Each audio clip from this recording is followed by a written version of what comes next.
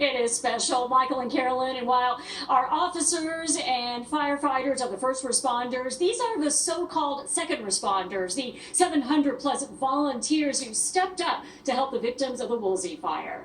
We knew that this was going to be big because the winds were really blowing. Red Cross volunteers Nancy Hall and Jim Topping were celebrating their 30th anniversary when they got the call to help fire victims who had lost everything. You had to ask someone when they sat down at the table opposite you, was your home destroyed?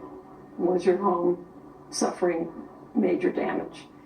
And that's a horrible question to have to ask anybody. There's emotional impacts or spiritual impacts. Today, the Red Cross honored Jim and Nancy and all those who volunteered as part of an emergency response team. Next thing you know, it hopped the freeway. People like Darlene Geeky, owner of Veterinary Angels in Agora Hills, whose business was evacuated. We had 100 animals, so we had staged cars, and we always have enough crates for the amount of animals in the facility. And then turned around and started helping others, more than 200 animals in all. We took every single medication, bandage material, everything that we needed to do, and created a MASH unit at Pierce College. When a fire breaks out, we get that call to show up. Brad Smolson, co-founder of Operation Blankets of Love, came through with pet supplies and support. You're holding a paw in one hand and somebody's hand in another.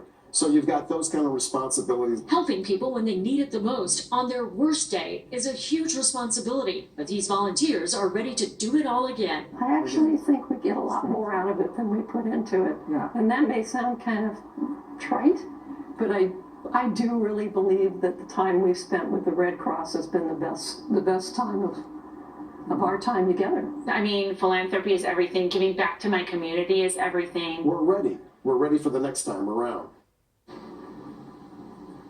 Heroes all, and they are ready when they get that call. If you know a hero in your community, email us at 4heroes@NBCLA.com. We'll be sharing their stories every Friday on the NBC4 News at 4. Live in Agora, I'm Vara, NBC4 News. Back to you. Great.